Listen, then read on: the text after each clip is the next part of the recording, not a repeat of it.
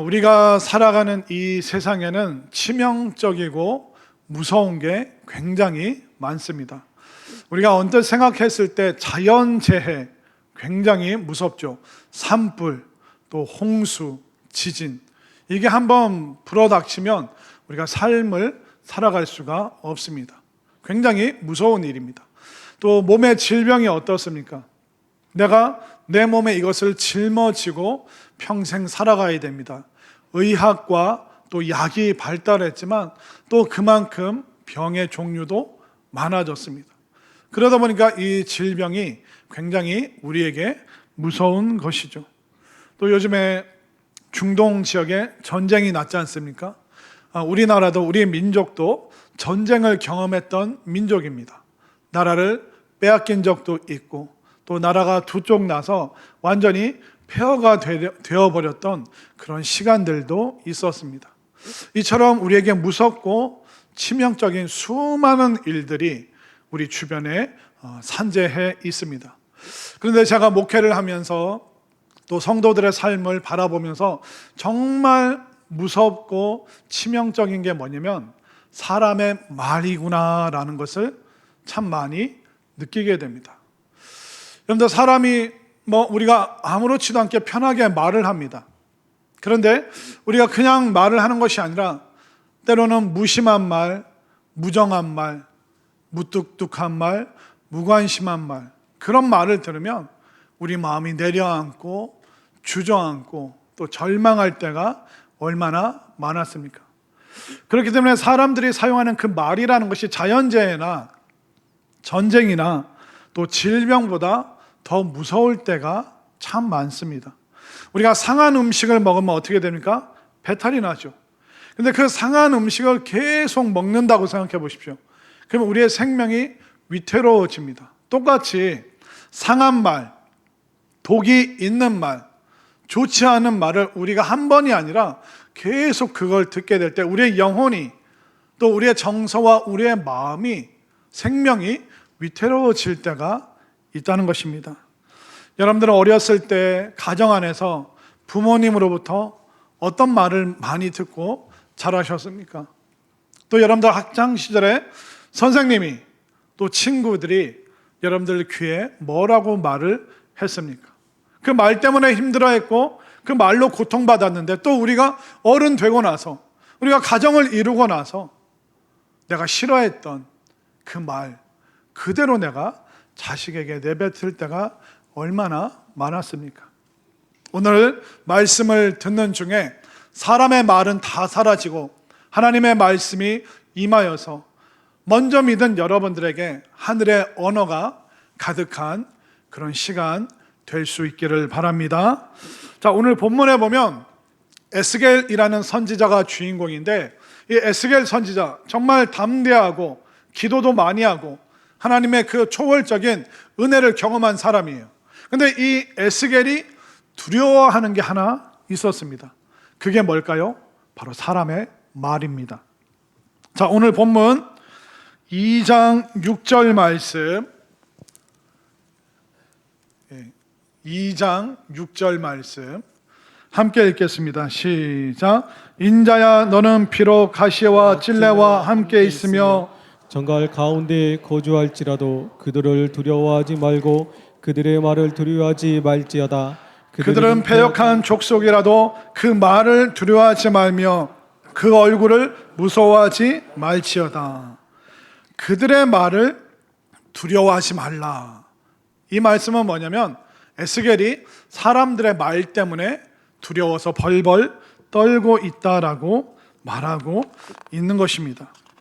그런데 이 말들이 어떤 말입니까? 가시 같은 말, 찔레 같은 말, 전갈 같은 말, 그 말 때문에 네가 너무나도 힘들어하고 있구나. 선지자도, 위대한 선지자도 사람의 말 때문에 이렇게 흔들리는데 우리는 어떻겠습니까? 우리를 두렵게 합니다.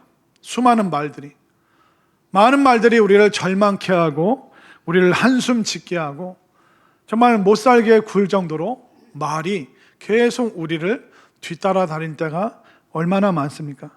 가시 같은 말이 뭘까요? 바로 아픈 말, 우리 몸에 가시가 딱 박혀서 아프고 염증이 생기고 구멍이 뻥 뚫릴 것 같은 그 고통.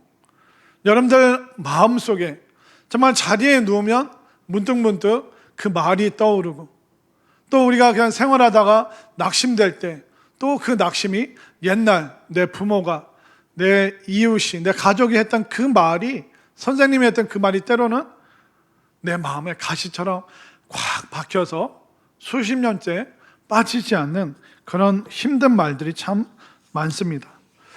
그런데 우리가 가정 안에서 말을 할 때 이 가시 같은 말이 어떤 말이냐면 바로 비교하는 말입니다. 여러분들 비교 많이 당하셨죠? 또 비교도 많이 하셨죠? 뭐 이렇게 말하는 사람 있잖아요. 어떤 아내분이 막 다른 남편들은 말이야 가방도 사주고 좋은 데도 데려가고 맛있는 것도 먹고 커피숍도 간다는데 당신은 뭐냐고 막 그럽니다. 그러면 그 공격을 당한 남편은 가만히 있어요? 아니면 또 공격을 해야 돼요? 또 남편이 공격하죠. 다른 집 아내들은 말이야 요리도 잘하고 집도 깨끗하게 관리하고 엄청 이쁘고 아름답던데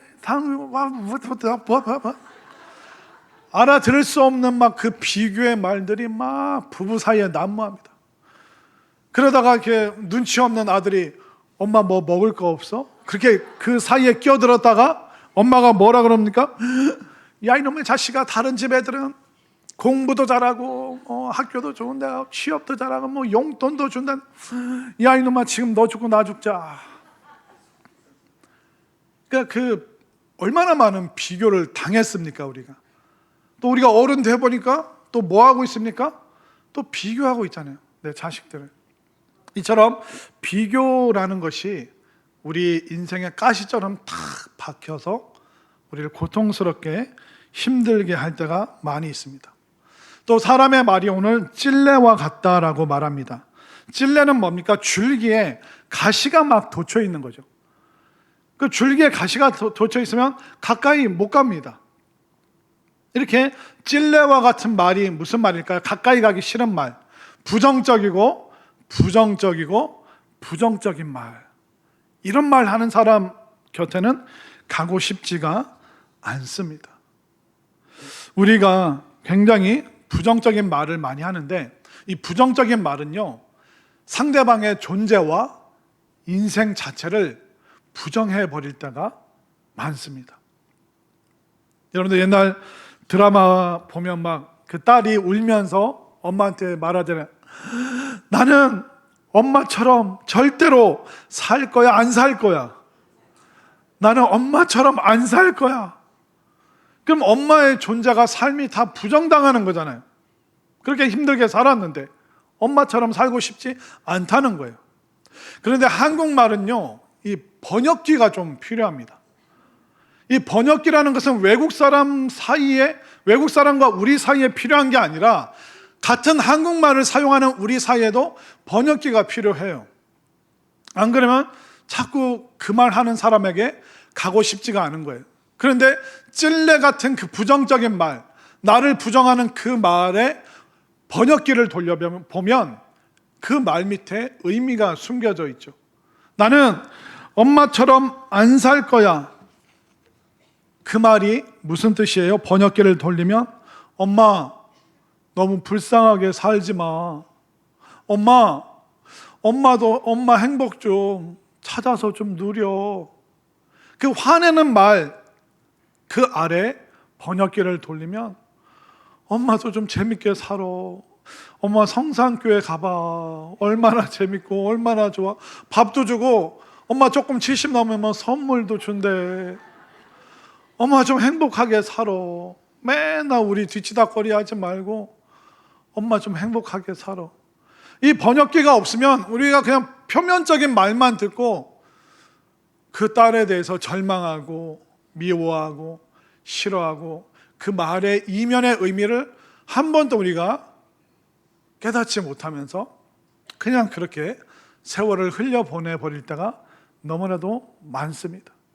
또 제가 젊은 여자 집사님들과 얘기하다 보면 그런 말을 해요. 요즘 맞벌이 하시는 분들이 많으니까 목사님, 제가 애한테 화를 안 내야 되는데 자꾸 화를 낸다고. 뭐 어떤 상황에 화를 내십니까? 그랬더니 초등학교 저학년 아이가 학교 끝나고 집에 와서 전화를 한다는 거예요. 엄마는 그때 일하고 있으니까요.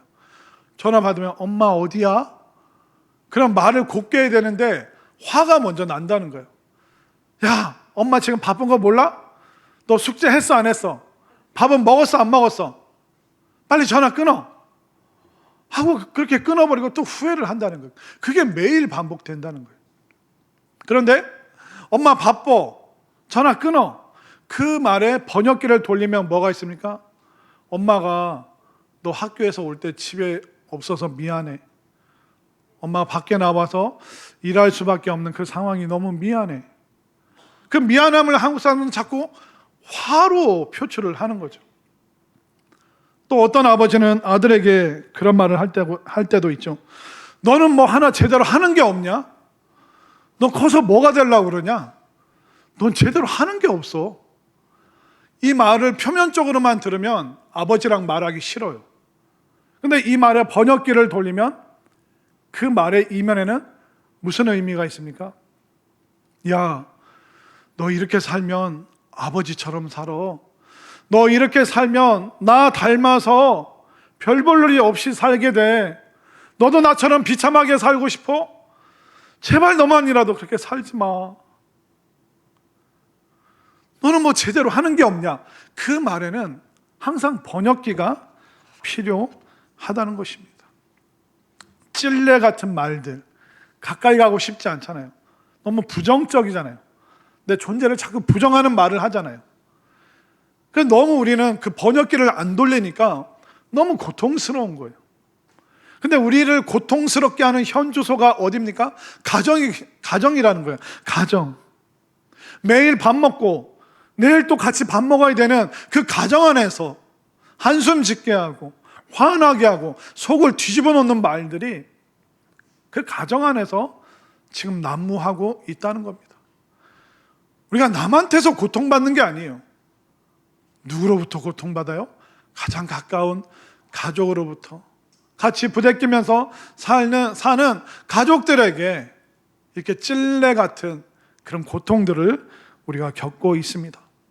또 성경은 가시 같은 말, 찔레 같은 말, 전갈 같은 말을 하게 될 것이다. 사람들이 전갈처럼 무서운 말, 너를 죽일 것 같은 그런 쏘는 말을 하게 될 것이다. 성경이 말하고 있습니다. 전갈 같은 말이 무슨 말일까요? 화내는 말, 폭발하는 말. 막 그 사람이 화를 언제 내요? 그냥 참고 꽉 누르다가 확 폭발하죠. 그때 나오는 말이 뭡니까? 야, 말 나온 김에 내가 한마디만 더 하자. 그러면서 막 그때 막 뚜껑이 어떻게 뭐가 열린다고 그러죠? 벌써 아시네요? 이게 열려가지고 야, 하는 김에 내가 한마디만 더 하자. 이때는 눈이 돌아가 있어요. 막 눈이 시뻘개져 있어요.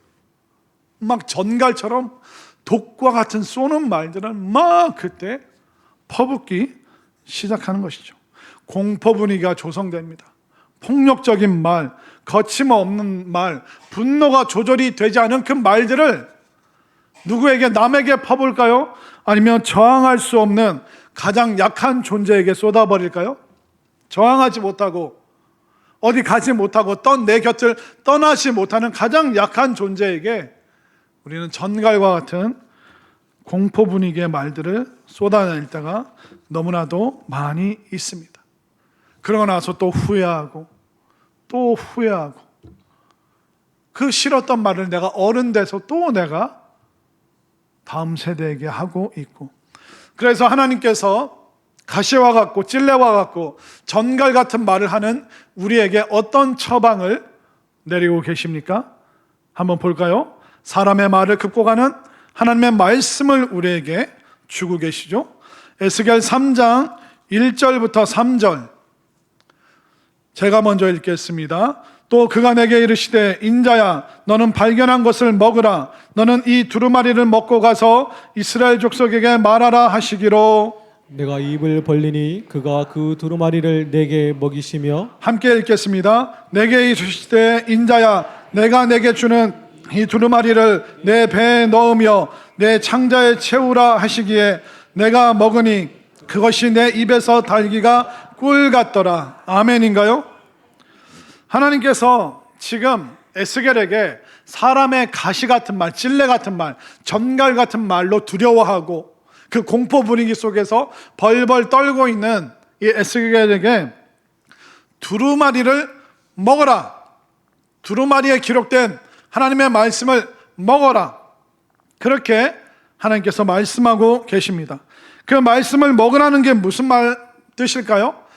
말을 다시 배워라. 말을 다시 익혀라.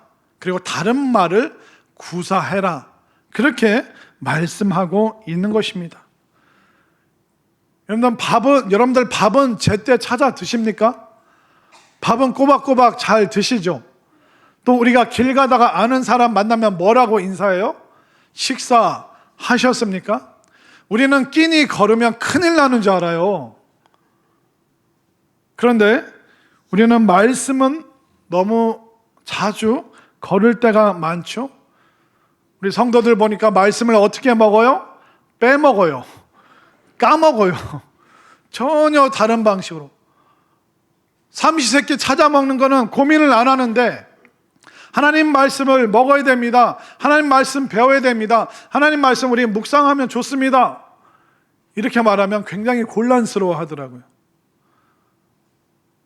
끼니 거르는 건 큰일 나는 줄 알면서 말씀을 까먹고 말씀을 잊어먹고 말씀을 빼먹는 거는 대수롭지 않게 여기시는데, 여러분들 사람의 말을 이기는 것은 하나님의 말씀밖에 없다는 것을 깨달으시기를 바랍니다. 오늘 말씀이 여러분들 마음에 내려올 줄로 믿습니다. 자, 그런데 이 말씀이 어떤 모습으로 에스겔에게 보여주고 있습니까? 자, 3장 1절을 다시 한번 볼까요? 자, 3장 1절 시작. 또 그가 내게 이르시되 인자야 너는 발견한 것을 먹으라. 너는 이 두루마리를 먹고 가서 이스라엘 족속에게 말하라 하시기로. 자, 두루마리라는 게 뭡니까? 이렇게 돌돌돌 말려 있다가 쫙 펼쳐져 있는 것을 두루마리라고 이야기를 합니다. 이렇게 동그랗게 말려 있었는데 이걸 쭉 수평으로 펴면 그게 이제 두루마리가 되는 것이죠. 근데 이 두루마리의 말씀을 먹으라고 하나님께서 에스겔에게 이야기하고 계시죠.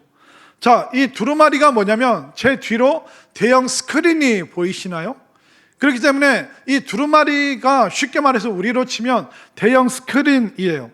이 스크린은 뭐냐면 한 번에 모든 것을 처음부터 끝까지 페이지 넘기지 않고 단번에 모든 것을 다 한 면에 보게 하는 것이 대형 스크린이고 그 당시에 두루마리였습니다. 결국 하나님께서 에스겔에게 처음부터 끝까지 한 번에 다 보이는 나의 말을 먹으라, 이 성경 말씀을 먹으라, 그렇게 하나님께서 명령하고 계십니다. 왜 이 성경 말씀을 먹으라고 얘기하셨을까요? 그것을 너의 배에 채우고 너의 위장에 가득가득 채워라. 그 말은 뭐냐면 하나님의 말씀을 입력해라.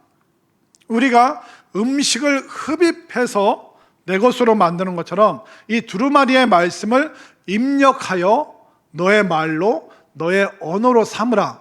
그렇게 명령하고 계십니다. 여러분들 속에 어떤 언어가 입력됐느냐, 그게 굉장히 중요합니다. 입력은 출력보다 더 중요합니다. 이 교회 주보예요. 근데 어느 날 교회 주보를 인쇄를 했는데 여기에 오타가 있어요. 그래서 제가 보고 화이트로 지우고 다시 올바르게 고쳤어요. 잘 고쳤다. 안심을 하고 다시 버튼을 눌렀어요. 고쳐진 게 인쇄됐을까요? 틀린 게 또 인쇄될까요? 틀린 게 또 인쇄됐어요. 이거 왜 틀렸지? 그걸 다시 화이트로 지우고 다시 고치고 또 다시 눌렀어요. 고쳐진 게 나와요? 틀린 게 나와요? 여러분들 어디를 고쳐야 돼요? 그 컴퓨터 안에를 고쳐야죠. 입력된 걸 고쳐야지 출력이 나오지. 한 번 뱉고 그것을 주워 담아봤자 다음에 또 똑같은 게 출력이 되는 거예요. 근데 여러분들이 부모님으로부터 배운 언어가 무엇입니까? 여러분들 학교 다닐 때 선생님, 또 친구들로부터, 세상 사람들로부터 들어왔던 여러분들에게 입력된 언어가 무엇입니까? 비참한 말, 비교하는 말, 정말 비꼬는 말들, 수많은 좋지 않은 말들이 입력되면 우리는 입력된 것만 출력하게 돼 있어요. 내가 왜 말을 이렇게 하지? 그렇게 말하지 말았어야 되는데. 우리는 평생 말한 것 때문에 후회하고 돌이키지 못하면서 안타까워합니다. 근데 그럴 수밖에 없죠. 후회한다고 입력된 게 다르게 나오겠습니까? 입력됐으니까 그대로 출력이 되죠. 그러니까 하나님께서 뭐라고 말씀하십니까? 삼시세끼 흡입해서 네가 살아가는 것처럼 너에게 입력된 사람의 말을 이길 수 있는 것은 하나님의 말씀밖에 없기 때문에 하나님의 말씀을 입력해라. 단순히 머리에 입력하는 게 아니라 너의 배, 너의 창자에, 너의 마음과 영혼의 그 깊은 곳까지 하나님의 말씀으로 채우라. 이것이 여러분들의 말씀이 될 수 있기를 바랍니다. 우리가 사람의 말은요, 죽이는 말이 많아요. 그러나 하나님의 말씀은 살리는 말씀인 줄 믿습니다. 이제 우리가 말을 죽이는 방식이 아니라 사람을 살리는 방식, 새로 입력된 그 생명을 살리는 하늘의 언어를 여러분들이 이제 구사하게 될 줄로 믿습니다. 그래서 우리는 말을 배워야 돼요. 다른 말로 우리는 대화하는 것을 배워야 돼요. 우리는 그냥 말을 합니다. 대화를 하는 게 아니라 그냥 말을 하는 거예요. 여러분들이 지금 마음속으로 싫어하는 사람 한번 떠올려 보십시오. 한 100명 정도 떠오르면 안 되는데 한두 명만 떠오르면 좋겠는데요. 여러분들 싫어하는 사람 한번 떠올려 보세요. 그 사람 왜 싫어요? 다른 게 아니에요. 그 사람의 말이 싫었던 거예요. 왜 그렇게 말을 해? 말을 꼭 그런 방식으로 해야 돼? 저 사람은 말하는 내용이 너무 싫다, 너무 싫어. 왜 이렇게 냉소적이야? 왜 이렇게 부정적이야? 왜 이렇게 까칠한 말을 해? 그러니까 직접적으로 말을 안 섞었어도 멀리서 그 사람이 말하는 자체가 싫으면요, 그 사람이 싫어질 수밖에 없는 거예요. 그러니까 모든 비극은 이 말로부터 시작하는 거예요. 내가 어쩌다 그 사람이랑 원수 관계가 됐지? 다른 거 아니에요. 그 사람의 말의 내용뿐만 아니라 말투, 말할 때의 표정, 말할 때의 눈빛, 그것 때문에 어느 순간 원수처럼 되었어요. 왜 원수가 됐는지 이유도 이제는 몰라요. 그런데 그 모든 출발점이 어디 있냐면 말에 있다는 거예요. 그 사람의 언어, 그 사람의 대화 방식, 그 사람 속에 입력된 그것이 가감없이 나와버릴 때 우리는 그 사람을 원수처럼 여길 때가 참 많이 있습니다. 우리는 대화를 배워본 적이 없어요. 또 잘못된 대화를 보면서 잘못된 대화로 말을 하고 있습니다. 여러분들 다시 말을 배우시기를 바랍니다. 여러분들 마음속에 새로운 번역기가 장착될 수 있기를 바랍니다. 사람의 말을 이겨내는 하나님의 말씀을 배와 창자에 가득가득 채우시기를 바랍니다. 그때 우리의 말은 가시에서 장미로 변화될 수 있습니다. 우리는 비교하던 말에서 그 사람 있는 모습 그대로 여기는 말을 할 수가 있는 거예요. 우리가 우리 자식들 많이 비교해야죠. 근데 모든 불행의 시작은 타인과 비교할 때, 남편을 TV에 나오는 사람이랑 비교해 보십시오. 내 아내를 텔레비전에 나오는 사람, 그 연예인들과 비교를 해 보십시오. 내 아이들을 유명한 사람들과 비교해 보십시오. 모든 불행은 거기서 시작되는 것이죠. 사람은요, 지문이 다르듯이 사람이 다 달라요. 생김새뿐만 아니라 성격, 성향, 성질 다 달라요. 꽃의 색깔과 향기가 다 다르잖아요. 사람도 다 달라요. 근데 우리는 TV로 본 그 몇 가지 가지고 인생을 이렇게 살아야 된다, 그렇게 규정을 해버리니, 그걸로 비교를 하니 꽃처럼 다양한 우리 아이들이, 우리 자녀들이 방황하고 흔들리게 되는 것이죠. 여러분들 어떤 꽃 좋아하세요? 어떤 분들은 화려한 장미를 좋아하시는 분들이 있을 거예요. 어떤 분들은 가을에 흩날리는 코스모스를 좋아하시는 분들도 있고요. 그리고 넓은 들에 자라고 있는 이름 모를 들풀, 들꽃을 좋아하시는 분들도 있어요. 자, 꽃을 줄을 세워서 1, 2, 3등을 매길 수 있나요? 이건 매길 수 없는 거예요. 여러분들, 꽃에 등수를 매길 수 없는 것처럼 우리 아이들, 우리 자녀들, 우리 가족들에게 등수를 매길 수 없는 것입니다. 너 코스모스, 장미가 되라 말할 수 없는 거예요. 들꽃, 이름 모를 들풋, 너 장미가 되라 그렇게 말할 수 없는 겁니다. 여러분들, 비교하지 말고 우리가 그냥 여겨줄 때 이제 가시가 변하여 장미가 되고 코스모스가 되고 또 들꽃이 될 줄로 믿습니다. 하나님 말씀이 우리 속에 들어오잖아요. 찔레 같은 가시가 가득한 내가 이제 화초로 탈바꿈할 수 있습니다. 옛날에 어떤 사람이 인터넷에 글을 썼어요. 안 쓰는 화분에 새싹이 나서 물을 주고 잘 키웠더니 꽃이 피었습니다. 이것은 꽃인가요? 잡초인가요? 여러분들, 그냥 화분을 놔뒀는데 그 화분에서 뭐가 자라나더니 꽃이 피었어요. 이거 잡초예요? 화초예요? 뭐라고 써 있는지 아세요? 기르기 시작한 이상 더 이상 잡초가 아닙니다. 그냥 저절로 자라면 이건 잡초죠. 그런데 관심과 정성을 두고 사랑을 주고 가꾸면 이 잡초는 어느 순간 화초가 되어 있는 거예요. 우리 자녀들 어떻게 보면 화초로 태어났을지 모릅니다. 그런데 관심과 정성과 사랑이 아니라 저절로 지 알아서 자라겠지, 네 알아서 해라, 그렇게 해버리면 화초로 피었다가도 어느 순간 무성한 잡초가 되어버릴 수가 있습니다. 우리 가족들 뭘로 돌봐야 될까요? 믿음의 말, 소망의 말, 사랑의 말로 우리 가족들을 가꾸어 주시기를 바랍니다. 우리가 화분에 뭘 줘요? 한번 줘볼까요? 네, 저에게 줘야 될 것 같습니다.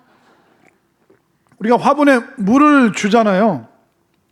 가족에게는 뭘 줘야 됩니까? 말을 줘야 되는 거예요. 그 화분은 물이 결정하는 것처럼 우리의 가족은 말이 결정하는 거예요. 그 인생을 비극적으로 만들 것인가, 그 인생을 시간이 지날수록 행복하게 꽃피는 인생으로 만들 것인가, 어떤 말에 물을 주었느냐가 그 인생을 결정하는 것입니다. 여러분들, 믿음의 말, 소망의 말, 사랑의 말을 할 수 있게 되기를 바랍니다. 믿음의 말, 그걸 하셔야지 기적이 일어나는 거예요. 소망의 말을 해야지 그 인생이 살아나는 거예요. 사랑의 말을 해야지 꾸준히 계속 살아갈 수 있는 거예요. 더 이상 사람의 말이 아니라 하나님의 말씀을 여러분들 머리끝부터 발끝까지 꽉꽉 채울 수 있게 되기를 바랍니다. 그러면 우리가 말씀을 달게 들어야 돼요. 말씀을 믿음으로, 소망으로, 사랑으로 들으시기를 바랍니다. 그래서 그 말씀이 여러분들에게 입력되어서 정말 사랑의 말, 소망의 말, 믿음의 말이 출력될 줄로 믿습니다. 우리가 말이 바뀌잖아요. 언어가 바뀌잖아요. 그럼 전갈 같은 인생이 나비처럼 아름답게 바뀔 수 있습니다. 우리는 자꾸 상황을 전갈처럼 반응할 때가 있습니다. 자꾸 비상사태로 우리가 반응합니다. 우리 아들 어떻게, 우리 딸 어떻게, 막 절절 매면서 막 비상사태로 자꾸 반응을 해요. 여러분들, 상황이 위험한 게 아니에요. 우리의 말이 위험한 거예요. 여러분들, 언어 때문에 더 위험해지고 더 위기에 빠질 수 있다는 겁니다. 자꾸 모든 상황을 비상사태로 끝났어, 더 이상 안 돼, 끝장났어, 자꾸 그런 말 여러분들 하지 마시길 바랍니다. 왜냐하면 그 말에는요 초두 효과라는 게 있어요. 이 초두 효과는 뭐냐면 첫 번째 그 말머리를 어떤 말로 시작하느냐가 그 운명을, 그 삶을 결정하게 되어 있습니다. 자, 첫 말 초두를 이렇게 꺼내는 거예요. 야 이놈 새끼야, 나가 죽어라. 첫 말부터 야 이놈 새끼야 이렇게 나가요. 근데 어떤 아버지는 내가 제일 사랑하고 아끼고 귀여워하는 아들아, 나가 죽어라. 근데 웃잖아요. 뒤에 내용은 똑같은데 초두가 다르잖아요. 야 이놈 새끼야, 나가 죽어라. 이거 말고 내가 제일 사랑하고 아끼고 귀여워하는 아들, 나가 죽어. 그럼 아들이 픽 웃고 말아요. 더 이상 위험하지 않다는 거예요. 상황은 위험한데 이 말이 분위기를 바꿀 뿐만 아니라 운명을 바꿀 수 있다는 것을 믿으시기를 바랍니다. 제가 예전에 그 학생분과 이렇게 담당할 때 그 같은 교사 남자 집사님이랑 그 수련회 장소를 아마 답사를 갔던 것 같아요. 답사를 가는데 이게 남자 집사님이 운전을 하고 제 옆에 탔는데 그 아내 집사님이 전화를 했어요. 근데 좀 그 전화 이게 수화기 너머로 들리는 약간 말의 분위기가 있잖아요. 이 여자 집사님 좀 화가 났어요. 그래서 막 이렇게 막 언성을 높이면서 아내 집사님이 막 얘기를 하는데 이 남자 집사님이 운전하면서 전화 받으면서 이제 뭐라고 그랬냐면 깜짝 놀랐어요. 이쁘나 그만해. 이쁘나 알았어. 이쁘나 끊자 하고 뚝 끊어버리더라고요. 근데 옆에 앉아있던 제가 묘한 안정감을 느끼는 거예요. 이쁘나 끊자. 이 싸움은 나쁘게 끝나지 않겠구나 라는 안정감이 들기 시작하는 거예요. 초두 효과. 첫 번째 말을 무엇이라고 하는가? 어이구, 이 이쁘고 사랑스럽고 내가 끝까지 기여하는 우리 아들. 또 아내가 여러분들 바가지 긁을 때 이쁘나라고 외쳐보시길 바랍니다. 남자분들 못하죠. 한번 자 남자들만 따라하겠습니다. 이쁘나. 아이고 평생 그런 말 해본 적이 없죠. 한번 따라하세요. 이쁘나 그만해. 남자들 지금 다 주무십니까? 옆에 사람 물을 부어주세요. 화초에 물을 붓듯이 물을 부어버리세요. 옆에 남자들한테. 남자들 따라하세요. 이쁘나 그만해. 이쁘나 알았어. 이쁘나 끊자. 제가 설교하면서 이렇게 힘들기는 처음입니다. 초두 효과. 처음에 그 사람에게 뭐라고 얘기하는가? 여러분 만약 우리가 회의할 때 사랑하고 존경하는 안수 집사님, 사랑하고 존경하는 장로님, 이게 초두 효과. 아니 그게 아니지 말입니다. 이렇게 말을 내뱉는 것과 처음에 사랑하고 존경하고 믿음에서 한 팀이 된 우리 집사님, 우리 장로님, 우리 목사님. 그러니까 초두 효과, 첫 단어를, 첫 마디를 무엇으로 꺼내는가? 그러면 순식간에 전갈 같은 그 분위기도 나비처럼 아름답게 변화됩니다. 여러분들이 타인에게 그렇게 말할 뿐만 아니라 여러분들 자신에게도 좀 나비처럼 말을 해줘야 돼요. 한번 볼까요? 화면으로 우리 PPT로 자 보세요. 역경 저거 뒤집으면 뭐가 됩니까? 경력이 되죠. 그리고 나 힘들어 죽겠어요. 네 힘들다. 이거 뒤집으면 뭐가 됩니까? 다들 힘내. 일부러 띄어쓰기 안 한 거예요. 뒤집어서 똑같은 말로 만들려고. 여러분들의 고통은, 고난은, 역경은 언젠가 경력이 됩니다. 여러분들 힘들지만 다들 힘내시기를 바랍니다. 안 힘든 인생 없어요. 기도 제목 없는 인생 있어요? 다 기도 제목 있고 다 한숨 쉴 일 있고 가정 안에서 범민들 다 있어요. 그러나 내 힘들다 하지 마시고 다들 힘내자, 그렇게 외치시기를 바랍니다. 말은요, 참 쉽지만 그 결과는 어려울 때가 많습니다. 말하는 사람은 쉽게 말하죠. 그 말을 듣는 사람은 너무 어렵고 힘들 때가 많습니다. 말을 뱉은 사람은 쉽게 잊어버리지만 그 말을 들은 사람은 평생 잊지 못하고 가시처럼, 찔레처럼, 전갈처럼 마음에 콱 박힐 때가 있습니다. 이제 우리는 사람의 말보다 하나님의 말씀을 입력해야 될 줄로 믿습니다. 여러분들은 말에 실패하는 사람이 아니라 말에 성공하는 사람이 될 것입니다. 여러분들은 이제 말로 힘들게 했던 사람이 아니라 말씀으로 힘을 주는 사람이 됩니다. 우리가 어떻게 말해야 될지 몰랐지만 이제 내가 하나님의 말씀을 먹어서 믿음의 말, 소망의 말, 사랑의 말, 기적을 일으키는 말, 사람을 살리고 계속 살려주는 그 말을 하게 될 줄 믿습니다. 먼저 믿은 우리가, 먼저 이 말에 대해서, 말씀에 대해서 배운 우리가 가족을 살리고 가정을 살리고 또 인생과 운명을 아름답게 장미처럼, 화초처럼, 또 나비처럼 변화시켜 줄 수 있는 그 언어의 구사자가 되어 주시기를 간절히 소망합니다. 이 시간 우리 함께 기도하겠습니다.